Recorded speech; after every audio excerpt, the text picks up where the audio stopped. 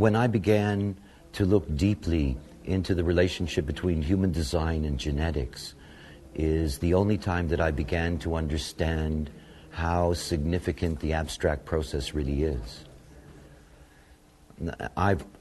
It took me a long time because I do not have an abstract mind at all.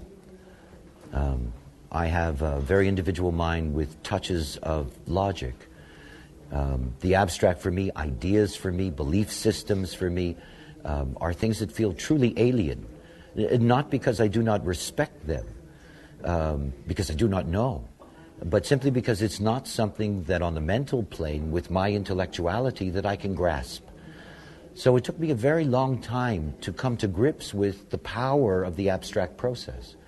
It took me a long time to understand that it is not the antithesis to logic, but it is the ally of logic.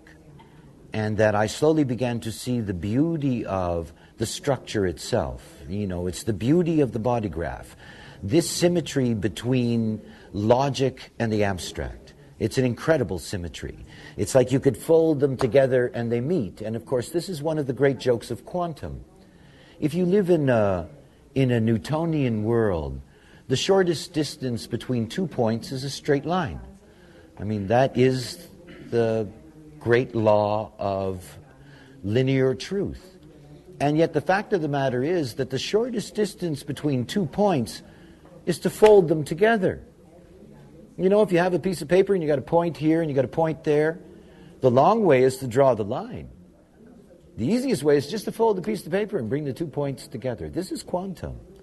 This is something else entirely. And this is the only way that you can begin to understand that when you're looking at logic and you're looking at the abstract, it's like somebody sliced a watermelon in half.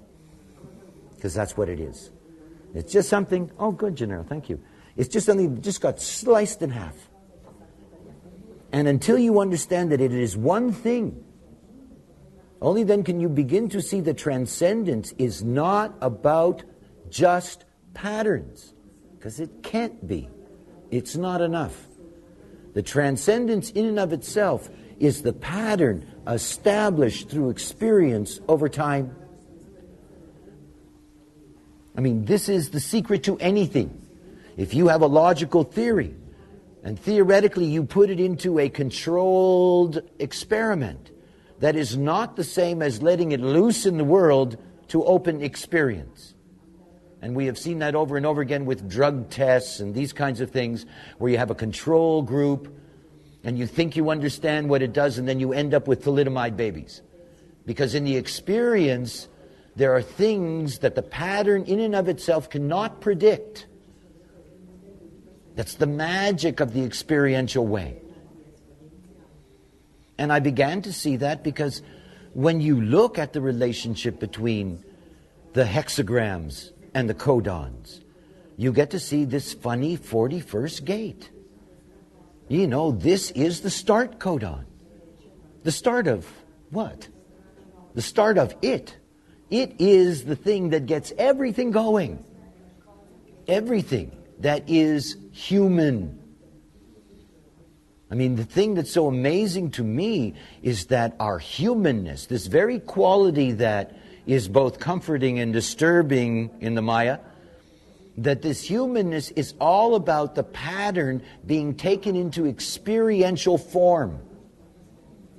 It's just like logic could be God's concept of what life can be. But the abstract is where you get to see what happens. And if you think about the theologies going way back, it's basically what theologies teach. There is this pattern, and within this pattern lies the opportunity for each to experience the process. By the way, speaking of patterns, for me, one of the most startling things that the voice taught me was about death, and about the requirement that the human body should not be disturbed for 72 hours after death, so that the crystals of consciousness, the personality crystal, can return to its source. Now, isn't it interesting with the Pope? They don't burn this sucker right away, he gets the full privilege. I mean, if you want to hear how hard it is, to keep a loved one of yours from being put away immediately, ask Nizarg, because she's just been through that. It's a real ordeal in our societies, to allow somebody who has just died the grace to have at least 3 days before they're put in the ground or cremated or whatever. And the irony for me, I'm looking at the Pope and I'm thinking, yeah, good for you. You're going back to your bundle, They're making sure you're going back to your bundle. No messing around. You're not going to be a ghost roaming this plane. You're going home. And they're all there saying, yes, we're going to pray you the whole way. Yeah, anyway, the human experiential way. So when we're dealing with the abstract process, what we're dealing with is that transcendence cannot simply be one way. This is what the abstract teaches us. And I know that from those that I have been close to in my own process who are abstract beings, that it's so obvious to me that their way is instantly different. Because there's a frequency to the abstract process that pulls your very uniqueness into its own path. And when you see the 41 going all the way up to the 36, and by the way, it's not my focus this morning. I will stay with the format and the power column. But I just want you to grasp something. When you're moving up there from that 41 to the 36, everything about that process is about the transcendence is the progress we are all here to reach. I mean, that's where we're going. Look, the 16th gate, the logical gate says you have to be able to identify with transcendence. You got to identify with it. You got to identify with higher levels of consciousness. You have to be identified with that. But there is no process, no progress until you actually live it. And it's the living that makes the difference. Over and over and over again, I describe because I teach you logically, but I tell you to go out and experience it. Because if you don't go out and experience it, no matter how interesting or how nicely the pieces of the logic fit together, it's not enough.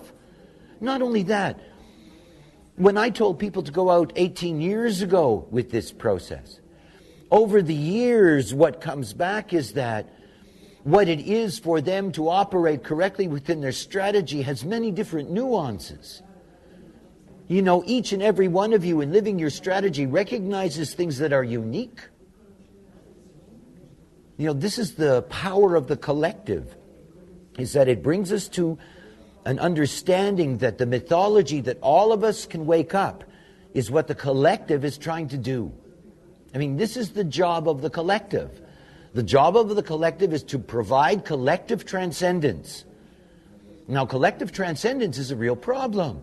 You got people over here that want to transcend this way, and people over here that think it's this. You've got the tribe. You've got all these people. Open up any esoteric magazine, and you will see thousands of logical, mystical ways. Thousands of them. And what I mean by logical, it doesn't mean that the logic is correct. I mean, logic is just a layering of pattern systems. So you really have to see that the collective has a real problem. You're dealing with tribal density on one side. You have all these things you have to deal with. And then we know that the tribe is afraid. It's afraid of a collective Godhead. It's afraid of a collective transcendence. It's afraid of losing control. And the 41st gate says to me, everybody is the beginning of their own path. Everybody. That's the magic. Everybody. And then you see how it gets homogenized. You see how it gets distorted. But the magic for all of us is this understanding that when you take a logical pattern and you experience it in life, this is what it's all about. And the goal is not simply to have the pattern and the experience of what's already established in the mundane, but it's to be able to follow a pattern and move through an experience that's there to transform your consciousness. I mean, remember that the format energies go directly to your brain. You know, whoosh. I mean, this is this whole stream of energy moving up right to the top of your head. And it's the whole point. You know, this whole concept, the whole way we imagine, you know, we talk about higher consciousness, for me, it's just a physical joke. You know? I mean, you're just pushing it up there, you know, get it higher and higher. Get through this, you know, collective process so that you can experience your unique pattern and your unique way. So let's talk about the ways. And the ways of transcendence. And the ways of transcendence can only be found in one place, the 53rd gate. 53rd gate's an incredible gate. You know, this channel anyway, for me, always has carried a quality of, if you can understand the gates, the lines, the colors, the tones, the bases of this channel, the mystery of life is yours, you know? I mean, it's that kind of profundity that is here. And for me, the 53rd gate, you know, I've given it many, many nicknames. You know, the gate of needing to be free. And it's about beginnings. It is the beginning. It may be, in fact, that the 41st gate initiates the movement on the way. But the energy, the pressure, the life force to actually be the way begins in the 53rd gate. Development as a structured progression. Now think about this. This is a fundamental abstract pressure out of the root, and the language is purely logical. And it's not the first time you see that with logic in the abstract. I pointed out the other day the irony of the 63 and 64, that the lines should just be reversed and it would all seem correct. And so here in the 53rd gate you have development as a structured progression that is both steadfast and enduring. I think abstract beings suffer every time that they do something and it doesn't raise the level of their consciousness. I mean, they're emotional beings to begin with. It's like, why did I do that? Not because it went bad in any kind of obvious sense, but because their consciousness gained nothing from it.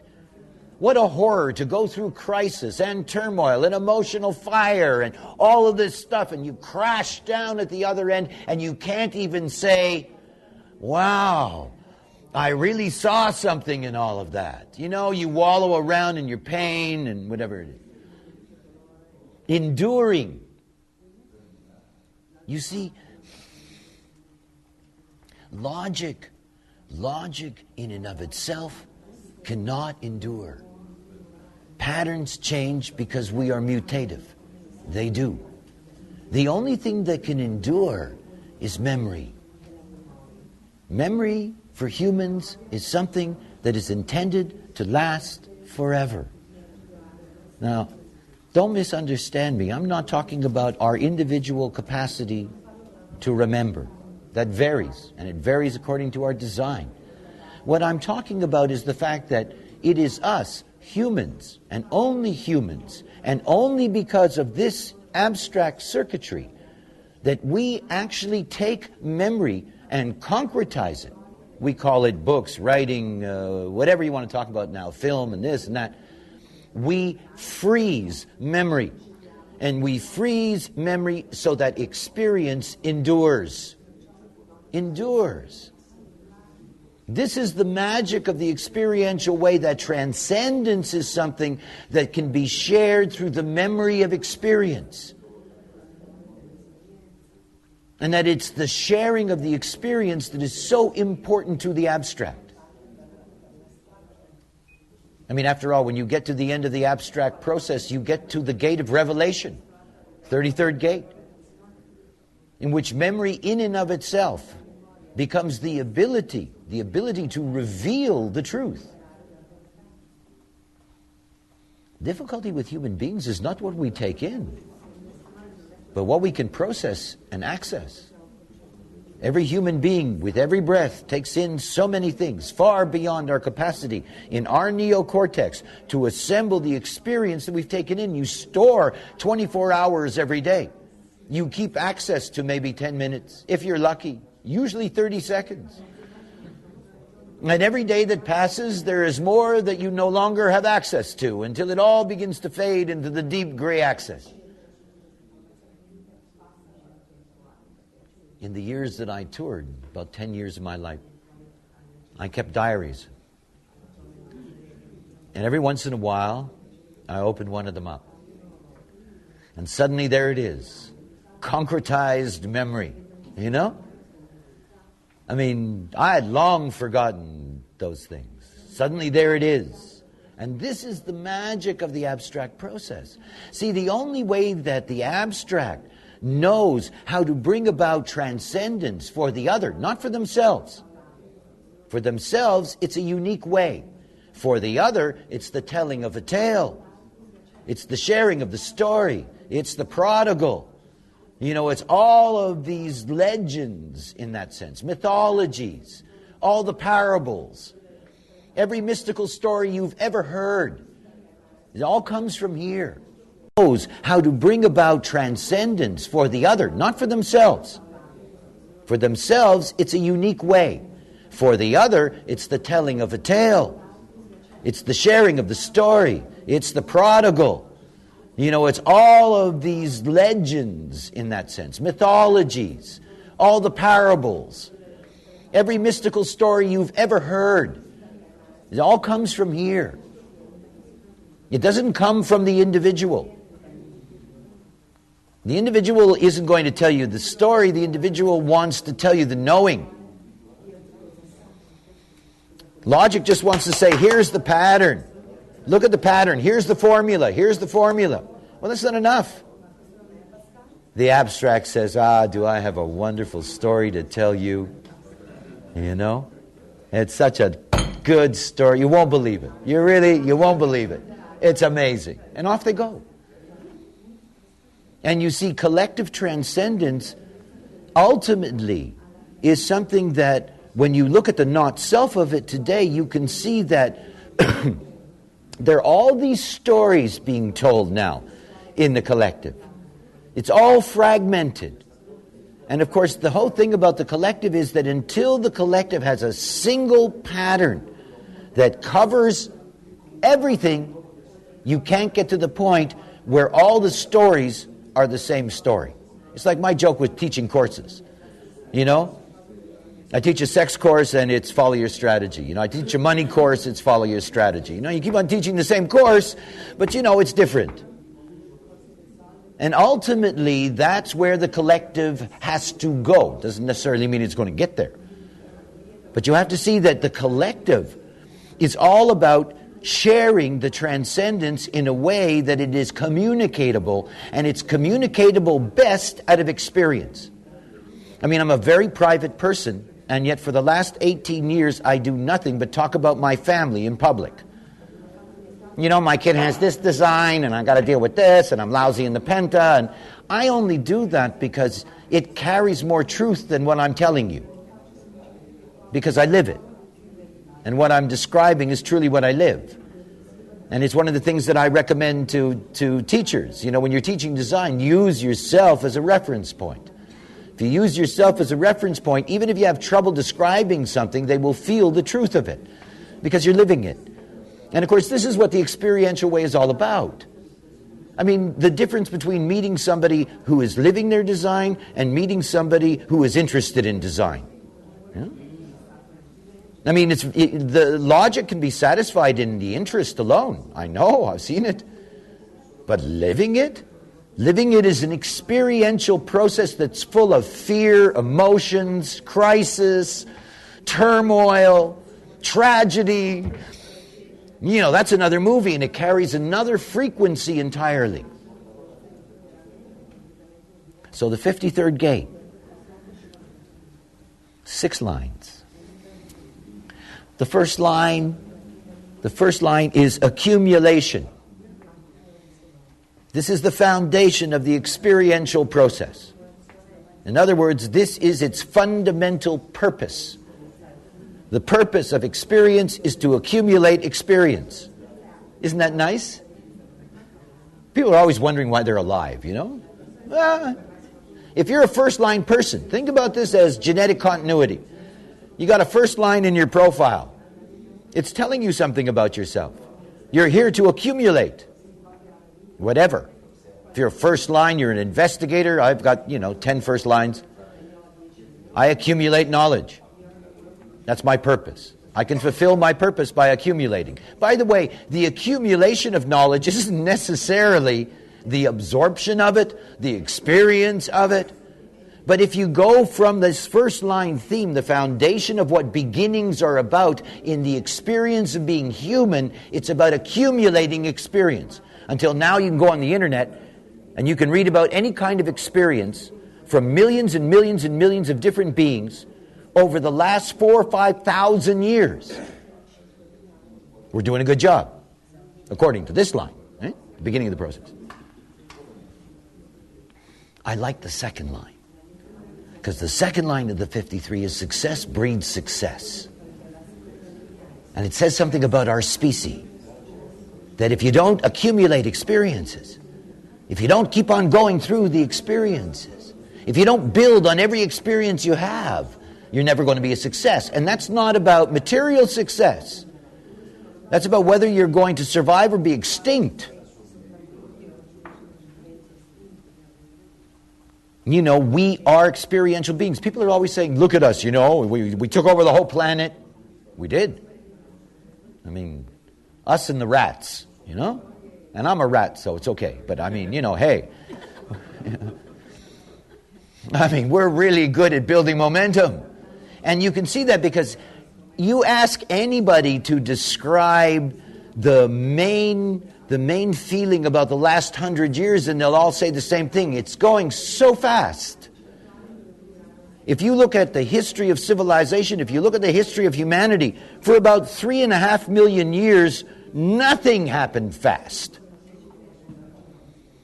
If you go back to some place in southern Ethiopia 4.5 million years ago, and you got a little hominid standing up for the very first time that ultimately is going to lead to us, it's going to take about 3.5 million years for that thing to grow a little bit, for the jaw to change, all of these things that happen. It's only about 85,000 years ago that the larynx dropped, and we actually had the ability to modulate tonal quality to the point that we could differentiate sounds the way we do. In other words, the potential for language. And that you can see that from the moment that we were given the potential for sophisticated language, it took about another 80,000 years to begin to develop a concretized Maya that was more than just the local valley. And that by the time we finally got to concretize that speech into form in Mesopotamia, maybe 5,000 years ago, from that point on, everything has been moving incredibly fast. We are naturals, humans. We're second line. We're naturals. We're naturals at momentum, which means that we are going to burn out, We are flying now. And you have to see, this is the nature of that 53. We keep on going and keep on going and keep on going. It's not enough that we could cross the ocean. We had to cross the skies. Human beings, man. Momentum. We're naturals at this. We were placed here in these forms not to fail. Think about that. The opposition of the 53 is the 54. The 54 carries the only mystical line of the 78 lines. The reality is that when you're looking at the 54 is what places pressure on us tribally to survive as a species. And that it is the 54 in its pressure that creates the fear that we call the fear of failure. Now, if you go back to the 53, that opposition to the 54 that fires up the 32, you will see that we are not here to fail. Not collectively. Tribes die all the time. But as long as there's something called humanity, collectivity wins. That's their joke. There's always a collective. But tribe by tribe by tribe is disappearing. That's why we have such a reaction in this day and age to tribes losing their power. We're here in Spain with Basques and Catalans, and they're all afraid of losing their language, their territory, their power, their tribal capacity. It's natural in this time. I like the third because I have deep empathy for the third line process, and I appreciate it so much. I see that the nature of discovery is a third line way. And yet I see that the inherent pain of the third line process, the trial and error, the mistakes, the pain that all that can cause. Because you see, we're not here to fail. I mean, the collective is not here to fail. It's not. And when you look at the third line in the 53, it's called practicality. Now that's not a third line theme. It isn't. It's a fifth line theme. What the hell are they doing stealing my theme, It's so practical to fail in the sense of trial and error. It's so practical. I mean, there is no other way to truly gain the right experience. I've got this thing about, if everything is right, something's got to be wrong, I mean, this is the third line mind. If it's all perfect, where is it wrong? I drove myself crazy in the early years, I mean, the last thing I wanted to do was, after sweating for years in hotel rooms, somebody would come up to me and say, I figured this all out. It's all bullshit. And I'd go, oh my God, you're right. It's like, that's scary, right? If you don't have the holes, the gaps, the whatever, you're not filling in the whole process. The third line experience is practical. It's practical for us.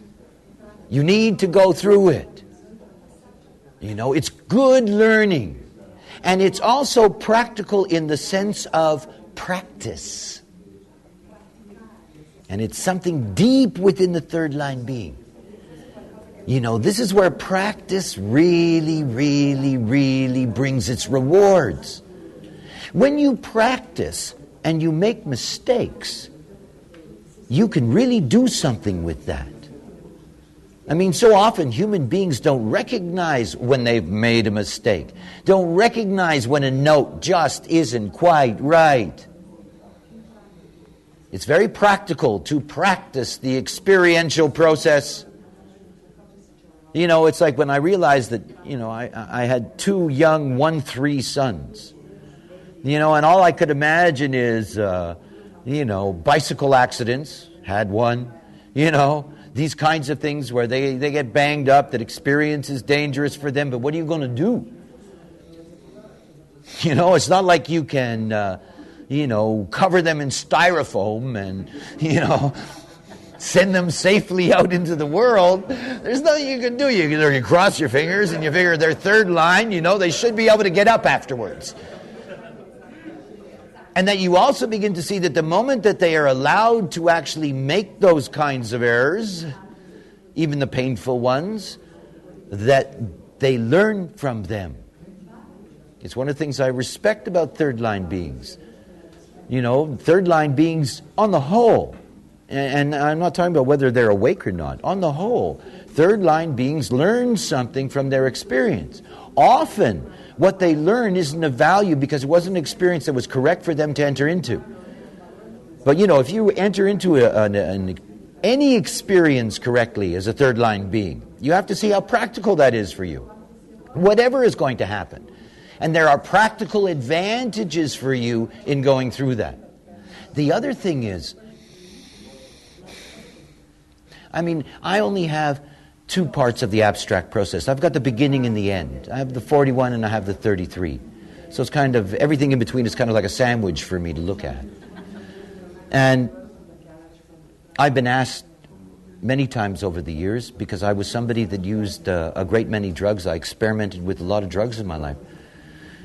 And there were always people who said to me, well, what did it do for you? You know, and do I need to do that? No, you don't. I remember some sweet woman one day sitting in Germany. We were having lunch together. We were in this place, and I take out a big chunk of hash and I start rolling myself a joint. And she's staring at this thing. And finally she got up the courage, you know, the guru, right? She finally gets up the courage. She says to me, she said, "What is that?" I said, "It's hashish." And her eyes get big. And she said to me, "You think I could try some?" I said, "No," you know. But anyway, so people would ask me for years, you know, they'd say to me, well, you know, practice. It's the best practice I ever had in expectation of the voice. Right? It was practice. In fact, I got nothing from it except a deep, deep, deep isolation in my life, because I was in places people didn't want to go. But it was just practice. I mean, I had an experience with Datura, which is a very ancient shaman's drug. And it was a violent experience, and I was dealing with demons and all kinds of stuff. And I survived. I survived without going crazy, you know, and I'd seen people go crazy. I'd survived. Compared to the voice, there was nothing. You know, I had spent... by that time, I had spent over 20 years experimenting with altered states of consciousness. Everything. You know, I was used to being ripped out of what was the ordinary context and coming back somehow, because it's the blessing of my chemistry and my design. And I realized that my ability to survive the voice was that I had had lots of practice. Lots of practice, you know? And this is what this is all about, this third line. It says something about the nature of transcendence. We don't have this anymore. We have truly lost it. I had no shaman who could have pulled me out of my family when I was a child and taken me into his world and taught me the magic that I needed to know. You know, I grew up in a wealthy suburb in the West, you know, with televisions, and this was not the place where shaman are nurtured. It isn't. And so there was no real way to identify those beings anymore. And you see, so much of transcendence is that you do need to practice. You know, the whole thing about being yourself.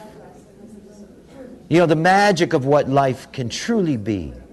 In the practice of your strategy, it takes years.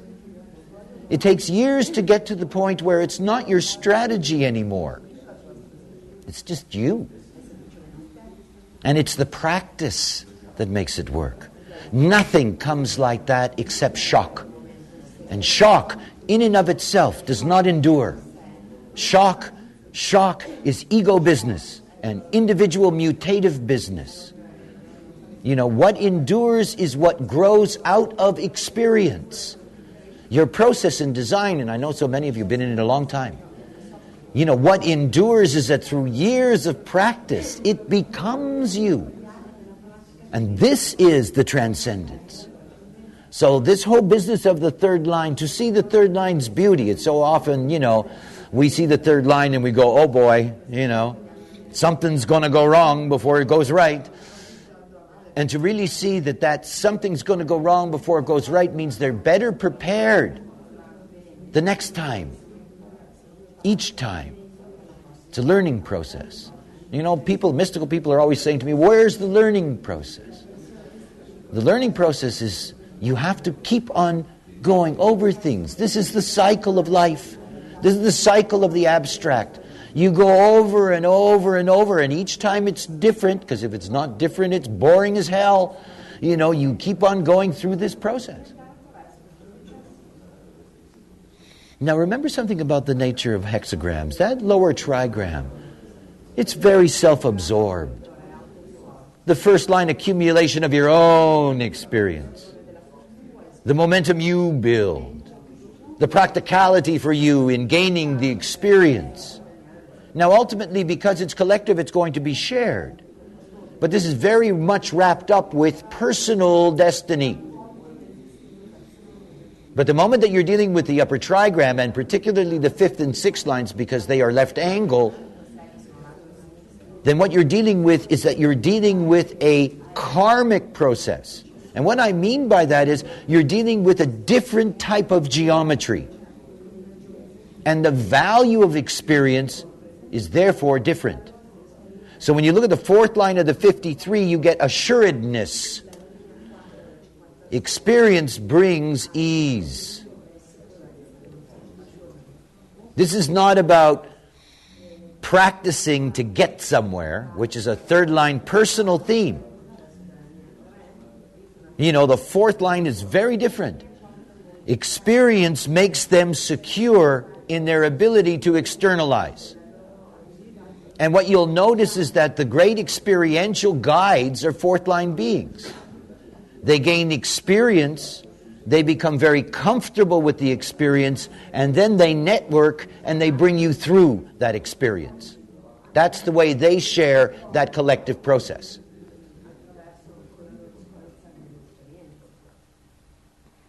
When you look at the 4th line and you look at the 4th color, you see that the theme underneath the motivation is to be a master. It is only out of assuredness that mastery is something that the collective acknowledges. This is something very important for the collective. And again, remembering that the master is someone that can only influence those that are part of their network. They do not influence strangers. This is a very limited karmic slicing of the collective. It's the fractal lines that will go out of whoever that 4 happens to be. And then you get to the deepest understanding you can have of the 5th line. I think that the 53.5, I carry the 53.5 in me as a kind of mantra, because it's so obvious to me what experience means to a heretic. It's to be able to assert the truth. For me, this is the line of the pointing finger. Do you see? Do you see? This is the way. Do you see? See, the 5th line is there to call you to the experience collectively. But the call to the experience is not enough, because the experience is everything. One of the nicest moments for me is when my first generation of students reached their 7-year point. Because for years they had heard me say, it's a 7-year process, and you get to the end of the 7-year process, and blah, blah, blah, blah, blah. But it was all kind of mythology at that point. What could it possibly mean to you? And I didn't know what it was going to mean to them. After all, I had no idea. How could I? If you go through a 7-year process, and at the end of that process you've deconditioned and you're going to begin to operate as yourself, I'm waiting to see what that is. And so for a 5th line being, when you see, I got I mentioned it the other day, I got a very funny email from Alok when he reached his 7th anniversary. And I could just see my finger going up in the air. You see? You see? You see? This is the assertion of the 5th line. So what the heretic does is that the heretic is saying, this experience really works. They call you to the experience after they've been through the experience. That's their collective role. But they're going to stay with you and hector you until it's done, so that they can say to you, see? This is the way. A lot of strangers don't like heretics poking them in the chest with their finger. Something I've discovered. And it's, I don't want to get too deep in this. I could do line analysis of this forever. But the exaltation in this line is Neptune. And I mean, it's so funny, this deep, deep, deep spirituality of Neptune, and yet at the same time it can be so confusing. And for the heretic to be able to pierce through the experience, and at the same time be able to call others to the experience and stay with them long enough to either be burnt at the stake or affirmed. I mean, what a thing. Right? And I never really understood the heretic until I understood this line. And I could see what the experiential process of the heretic was. Because when I began, I looked at the heretic through the tribe, because I'm a tribal heretic. So I looked at that through the tribe. I looked at the way it worked through the tribal circuitry and working its way up to the 5125, to the initiation, how all that worked.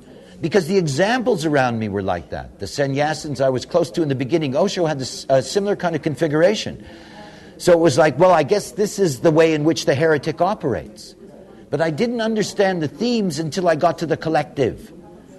Until I saw that the collective heresy, which is the heresy that's for everyone, operates in a different way. I mean, it operates in a different way. It's not rooted in shock. It's rooted in assertion. It's very different. It's very different. Okay, 6th line. It's called phasing.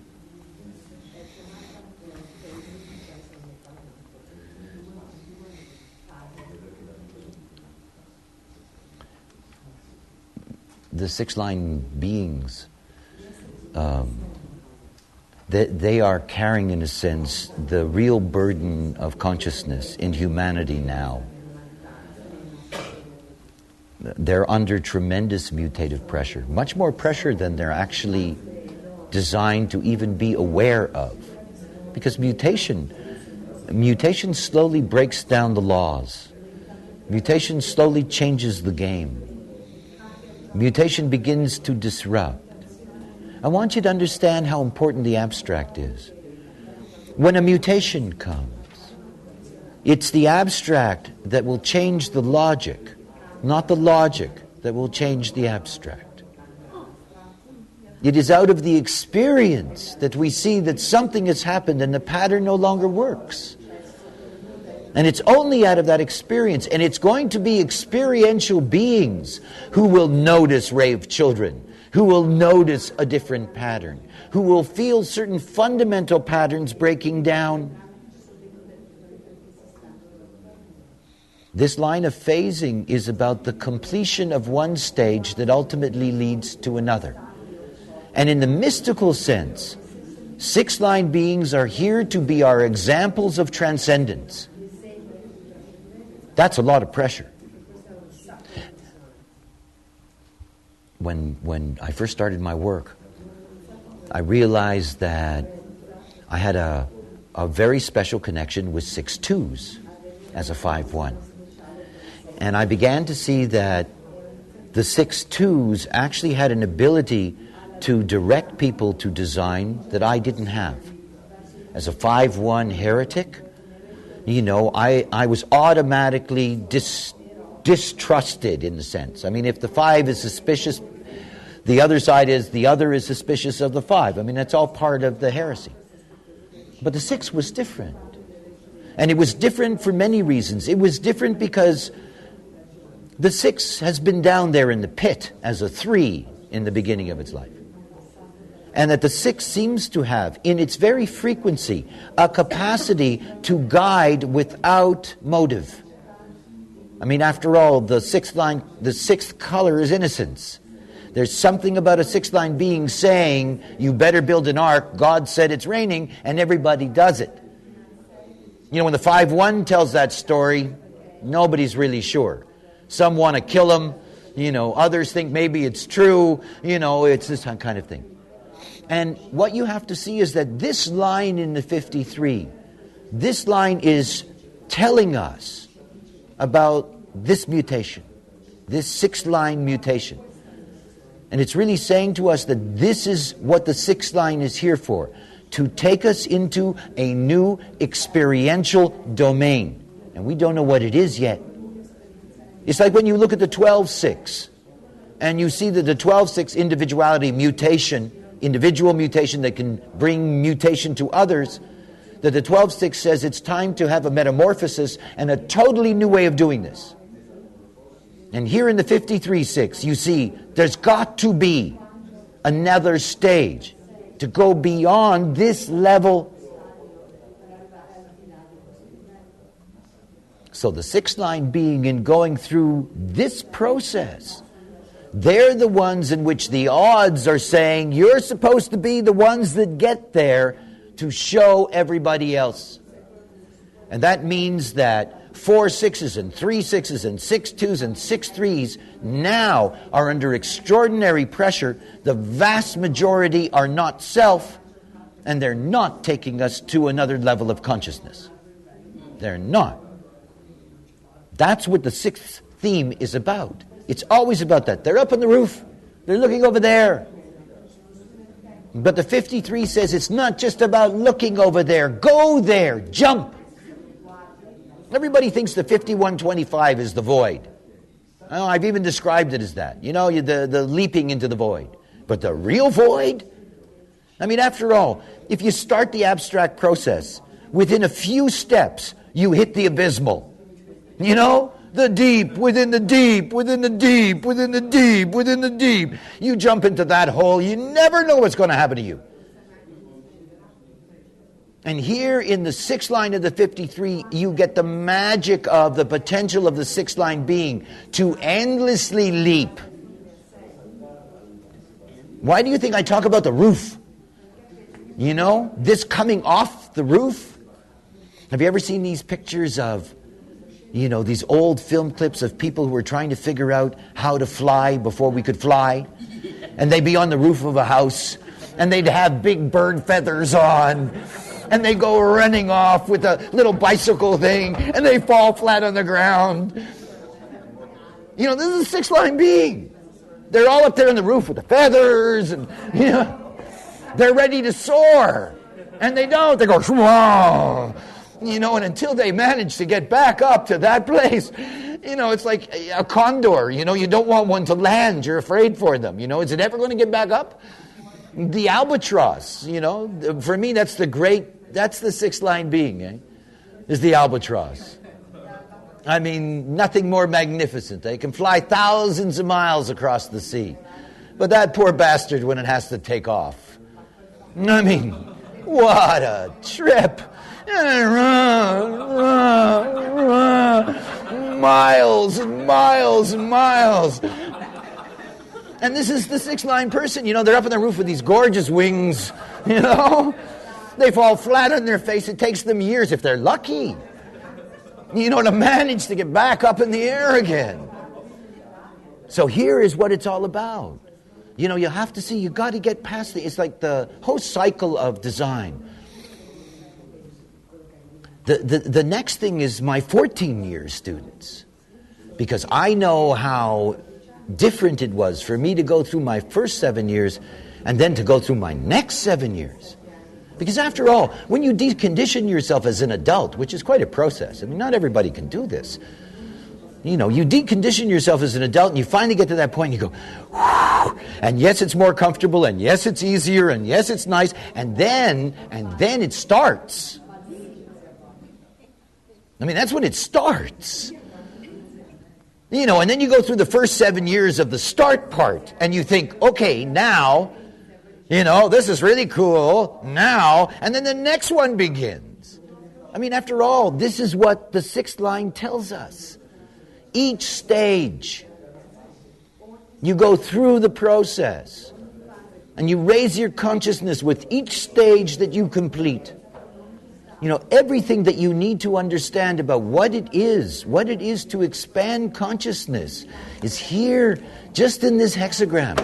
It's the magic. And if you want to be a biologist, go take a look at this codon and take a look at its chemistry. Because in that chemistry is the miracle of collective transcendence. You take all those 6 lines together, you fulfill them correctly through beings who are correct, And we'll finally get to see how, as a collective, we can find that transcendence together. I'm not suggesting, by the way, because I am deeply practical, I am not suggesting that's about to happen. I don't think that that's even conceivable. And when I know certainly that there's not enough time for any of that. But it is our process. You know, there is no scorecard. The gods don't have a scorecard. They really don't. I mean, you know, if we all go to hell in a handbasket, it's not like we failed. It isn't, because that's not what this is about. You can only have that perception because we're locked into this binary, this and that, good and bad, right and wrong, and all that stuff. It's simply to see that consciousness in form is a miracle. However you want to talk about these things. You know? Consciousness in form is really an incredible thing. And that once we are consciousness in form, that we have this momentum that has been building through our entire evolution, that we can transcend the limitations of the form through the consciousness itself. That rather than the form being a trap, that the form becomes the amplification of our consciousness. That rather than being sealed off in the illusion of separateness, that we are finally porous to the oneness of everything. You know, all of this mystical stuff. Well, it's collective. That's why our work is so mundane. Our practical work in the world is so mundane. Because that's where the truth is. You know, it's not about all of the spectacular tribal ceremonies and philosophies. It's about the day-to-day operation in the world as oneself. You know, this is what we're here for. And of course, this is the whole thing about the collective experience and the collective experiment. Okay, I'm going to get stuck in the 53 forever. At its simple level, it is a gate of beginnings, and that means that it creates an enormous amount of pressure. You know, I talk about the format energies being connected to depression, and that again our understanding of depression is quite limited. You won't, you know, there's very few channels that have such a polarity. I mean, a cycle is not 2 points. I mean, that's not what a cycle is. A cycle is not a beginning and an end, unless there's a middle. You know, this is the whole thing about what happens here in this channel of maturation. The pressure is always to start. It's always there in the 53. Let's get it going. And of course, if there's nothing to start, it can be quite depressed. But the 42 alone is always saying, let's get it over with. You know, let's finish it. Remember, the undefined strategy of the sacral, the open sacral, is not knowing when enough is enough. The 42nd gate knows when enough is enough all the time. It's always ready to say, let's finish this now. But of course, if it doesn't have a new beginning, it can't finish. You know, it's like the women who used to come to see me and they only had the 42nd gate, and they were in the 5th or 6th or 7th or 8th or 9th year of their relationship, and they really wanted out and they couldn't get out. There's no way to get out. You can't get out. The 42 is a real trap. And the moment that you have the whole thing, you know, it's not this or that anymore. That's when you really have the cycle, the cyclical power as a format. And it's this cyclical power that is driving us to go through experience after experience after experience.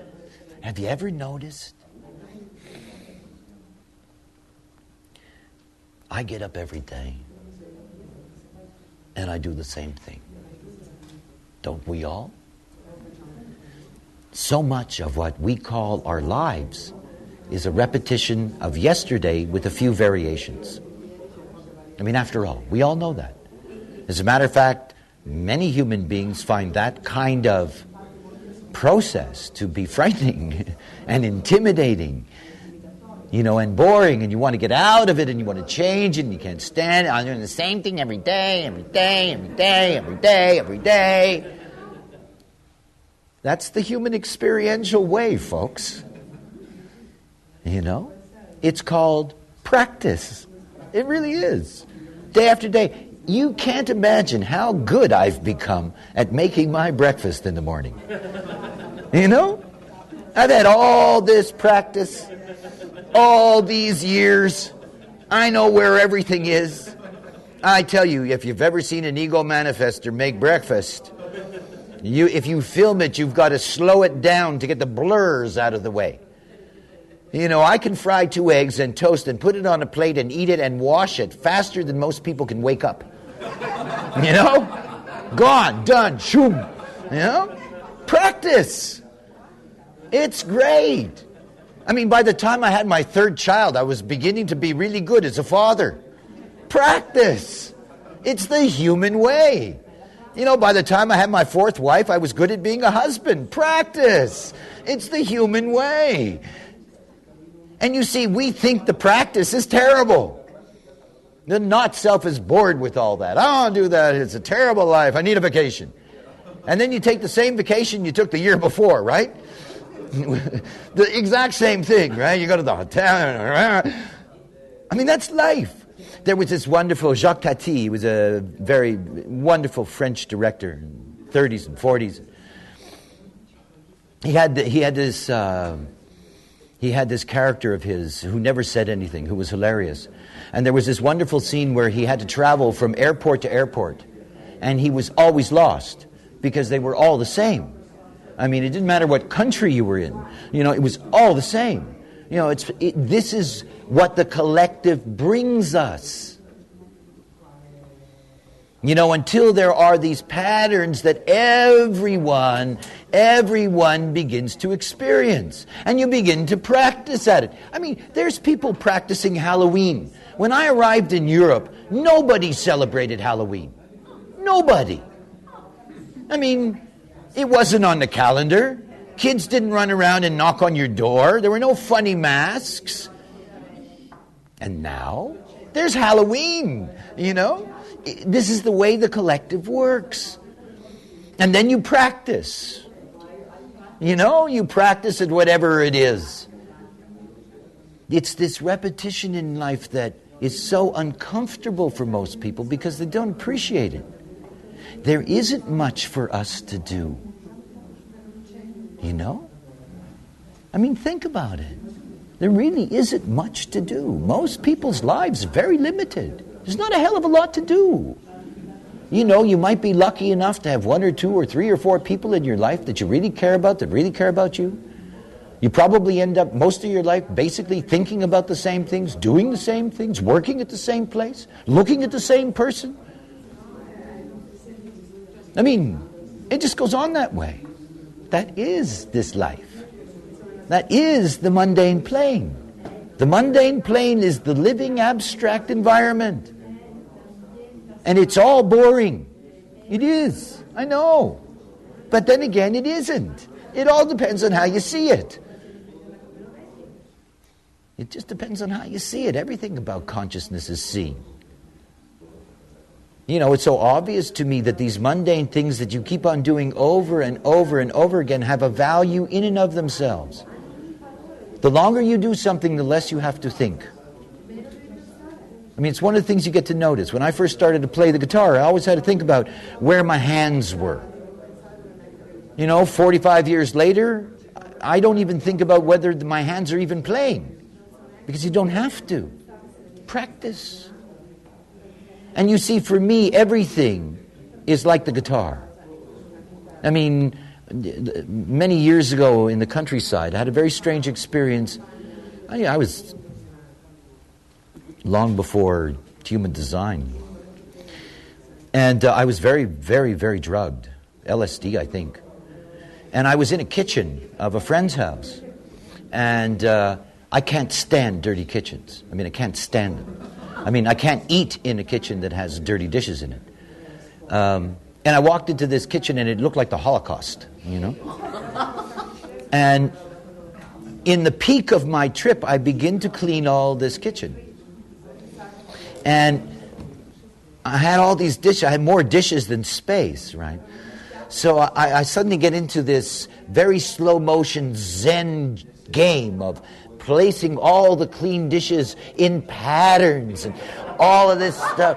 I got down on my knees and was polishing the floor, and that kitchen, it was incredible.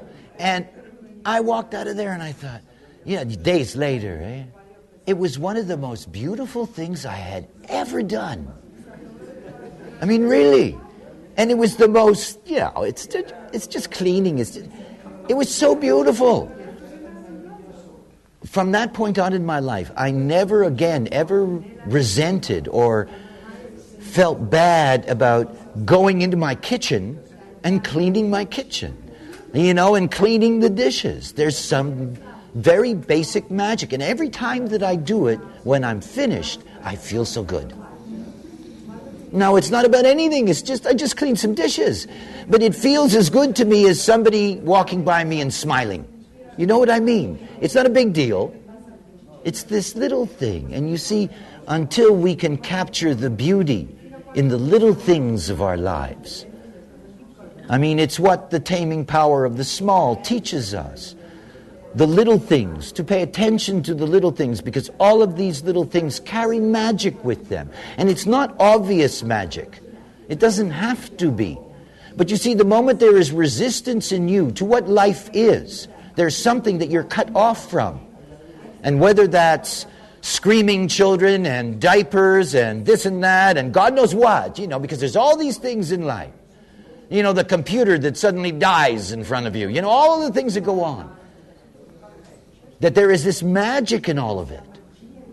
I mean, this is the greatest discovery for you. It's why I love my life at home, because it's so mundane. I mean, deeply mundane. And yet it's the most magical environment I've ever lived in. And this is the lesson. It doesn't matter for me now whether it's, all that outside stuff. I see that awakeness, I see that the beauty of life is in the tiny, tiny, tiny little mundane things. Nothing more. The rest of it, it just makes for good movies, So the abstract, that's what it's here to tell us. The great teaching of the abstract process is any experience can lead to transcendence. If you hear the stories of many people that have had mystical experiences, in taxi cabs, falling down a flight of stairs, standing in a subway station. People have them in all these mundane situations because the triggers are everywhere. They're everywhere. And you see, most people think that they look for transcendence in places that are advertised. Get your transcendence here, $25 an hour, And it's not. Transcendence shows up while you're having a crap. Transcendence shows up when you fall down on the street. I mean, transcendence is always waiting. Any moment. That's the beauty. And the abstract tells you that. It says, look, just keep on doing it because you never know. I mean, just keep on, just do it, you never know. And don't look for it. It's the great teaching of the abstract because nothing is more existential than the abstract process. Nothing. I mean, it's what's so frightening about the abstract process is that it seems that somebody's very dense. It's like, what are you washing those dishes for when you could be doing a meditation over here? Or, I mean, they seem.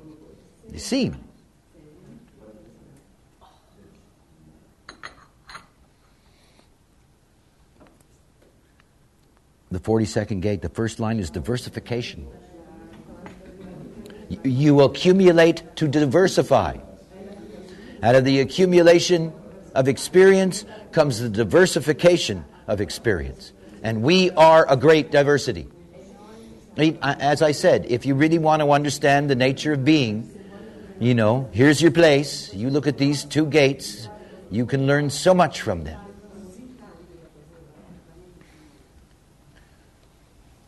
Momentum leads to identification.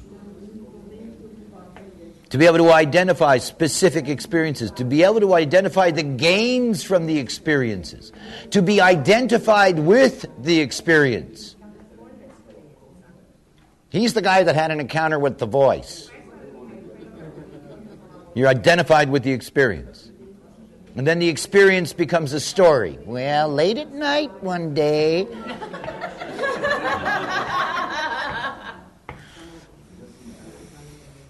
The third line is trial and error. It is practical, and practicality leads to trial and error because that's just the way it is. If there were no trial and error, there'd be nothing to practice. I mean, it's one of the things that's so clear to me, is that in order to get to a point of eliminating resistance, you need to reach a place of perfection in any act. In any act. I mean, that's the thing that's so interesting, is that these variations from perfection are what we're moving through as we practice. And it doesn't matter whether you're practicing, a concert instrument or you're practicing how to type. It doesn't matter what the hell it is. It doesn't matter what the thing is. It doesn't matter what the action is. It doesn't matter what you think, the goal, the purpose. It's just the act of doing it that carries the magic. Now, I always tell abstract beings the same thing. Be in the experience. Think about it later. Be in it. This is the only circuit that says that. See, everybody thinks that because individuality is rooted in the 20th gate, which is an existential gate that says, I am now.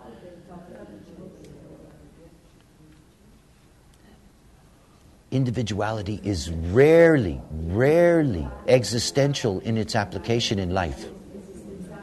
Most of the time, it's cognition in the now. But you see, the abstract is not here for cognition in the now. The abstract is here only to be able to grasp after the experience. And essentially, it is only abstract beings who truly operate existentially, or should in that sense, be totally absorbed in their process. It's only when you're absorbed in that process that you can go back after and look at it and learn. And learn. And if you stop in the middle, it's like playing an instrument.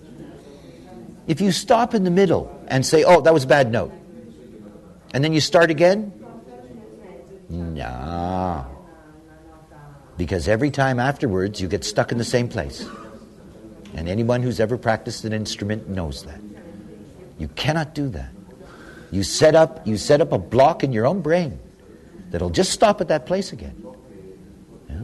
All you have to do is go through to the end. It's clear that there was something that went wrong, but go through to the end. Don't stop. And then you can look at what the error was, and then you can deal with that, and then start from the beginning again and go through it. And you'll see, you'll go by it, everything will be fine. Experiential learning is reflection. It's why the experiential process ends with the 1333, with the prodigal, with the witness, with revelation and remembrance. You have to do it first in order to have that reflection and memory. When we get to the upper trigram of the 42, many of you know about juxtaposition theory, which is the physics of human design cosmology or rave cosmology. And I was living in a little pension near San Juan, the north end of the island. And one day, in my thinking process, I wanted to find a way to put down on paper what the voice had told me about cosmology. And nothing happened. It was sort of like something went through. It was like me trying to tell my unconscious what to do, and it wasn't paying any attention. And in that era, I was. Because the I Ching had been something that was very new to me, I was doing meditations on hexagrams. And my kind of meditation on a hexagram is that I would read the original, that is the Chinese original, and then I would think about it in the context of the knowledge I was given, and I would write my own commentaries. It was a precursor to me eventually writing the Rei Ching, in a sense. And that day, and the way I did it is I just randomly opened the book and just would, and I open up the book and I come to the 42nd hexagram and I come to the 4th line. And the moment that I read the original, I'm not going to go through all that now, but the moment I read the original, I understood completely juxtaposition. It was one of the funniest experiences I've ever had. I had an incredible satori. I spent the next 3 days without sleep in a kind of dervish of description. Writing things, like a madman. And all of that because I looked at the 42nd gate, the 4th line. And every time I look at this line from then on, it's sort of like, I have to teach now, okay? Just don't. I've been there, I've done that. I don't want to buzz like that ever again. Eh? I mean, it was such a buzz.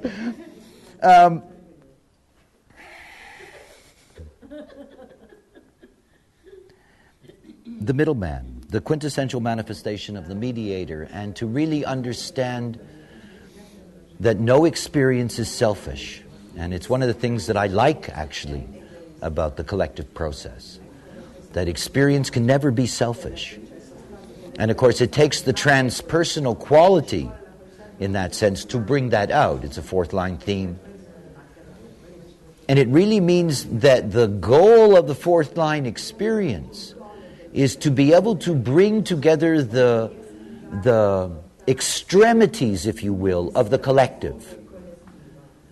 See, it doesn't matter whether your experience is over here or your experience is over there, that somewhere within the 4th line being, because they are natural networkers, is a way to see how this and this actually come together in something larger. It's only a 4th line being who knows how to speak to that person over there and that person over there and find a way to fix common ground. And this is ultimately the work of the 4th line being.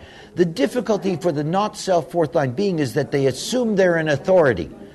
They have a harmony to the 1st line theme. So what they tend to do is they tend to have a hard line in the center of things. And that the not-self 4th line being is always trying to pull people to their center. But the true 4th line experience is to bring extremities to a commonality. To a commonality without the 4th line being giving up their position.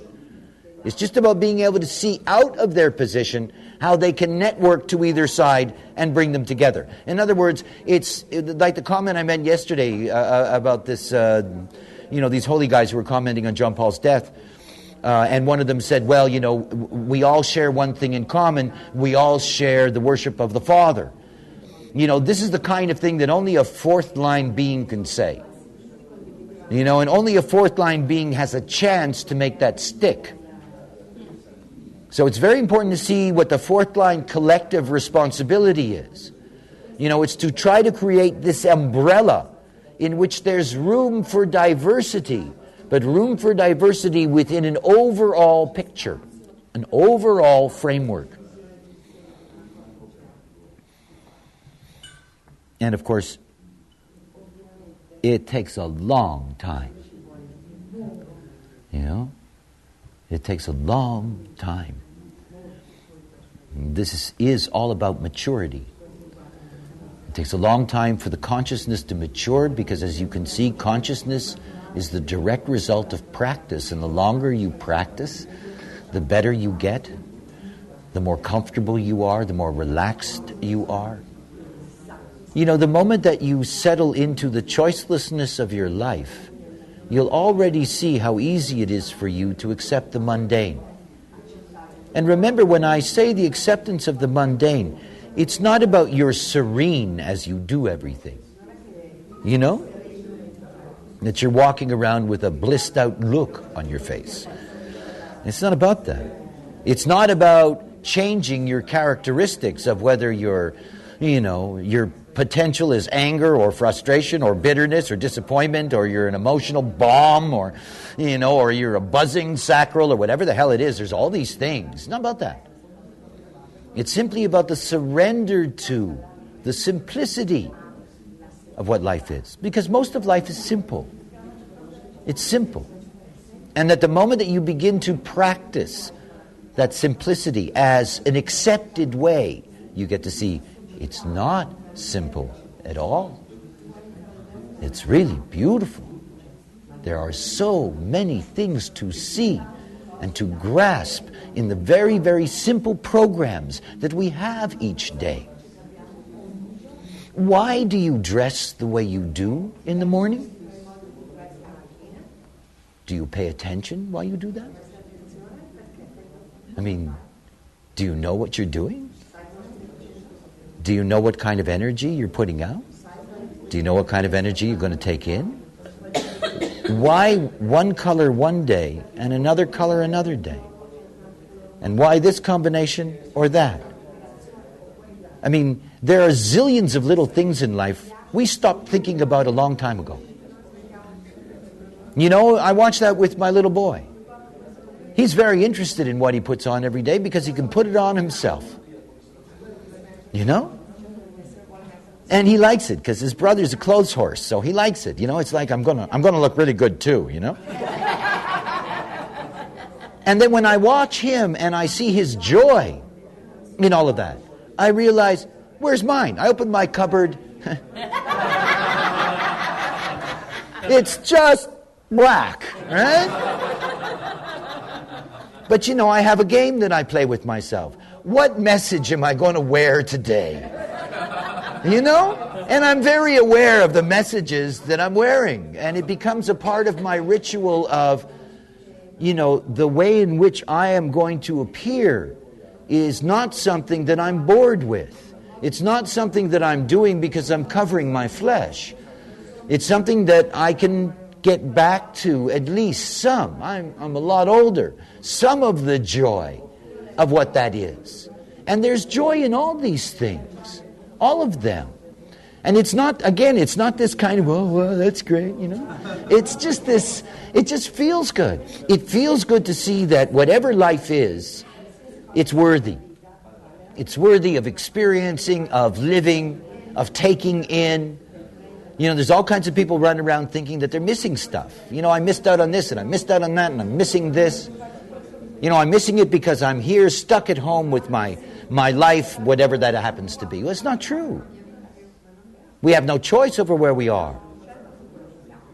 You know, the place where you are, that's the place where you are. You might as well take advantage of it, whatever it happens to be. You know, it's one of the great pleasures for me that domestic life for so many people is so difficult. And I've watched people in human design who can actually accept their domestic life because of its choicelessness, because they can just deal with it as themselves, and the hooks disappear. There's all these hooks that disappear. The not self is always ready to say that life isn't what it should be, instead of seeing that life is exactly what it is. What it is. You know, and it's that isness, that itness that's for us to embrace. The abstract teaches us that. Okay, the fifth line. Great fifth line. Self-actualization. Hey, that's what the heretic is here to bring you. Assertion. Assertion leading to self-actualization. So not only when they say to me, I got through the 7 years and I go, see? You know, what that means is that their self, their true self, is what can come out. And the heretical collective being is here to assert the importance of self-actualization. You know, this is transcendence. Your authority, out of your authority. Remember that if you're looking at this channel, and of course, in the sense of the larger aura of the planet, everything's always defined. You know, this is the totality. You know, when you look at this and you see that this channel is something that is there, that is fixed, that it's clear to see that transcendence is something that is built into the collective process. And it's built into the collective process to ultimately result in you being your authority out of your unique experience. Whatever that experience is. I mean, how many other people ever told you that dishwashing story? Do you know what I mean? It is this self-actualization and the assertion of consciousness through the self-actualization. It's the goal of the collective. And then, of course, we have the classic 6.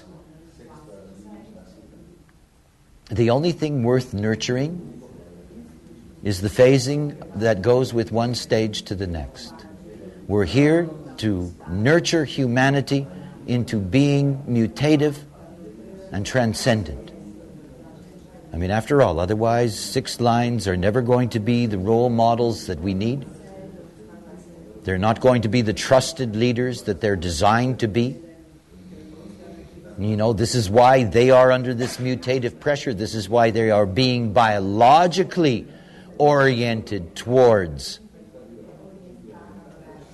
a higher consciousness. So this nurturing is very important.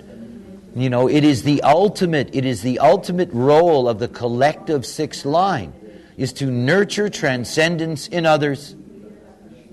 And that the only way that you can nurture transcendence in others is to get them to accept that practice at any level, of any aspect of the experience of being, is holy and perfect. This is the magic. I mean, one of the things that I liked about the way some people talked about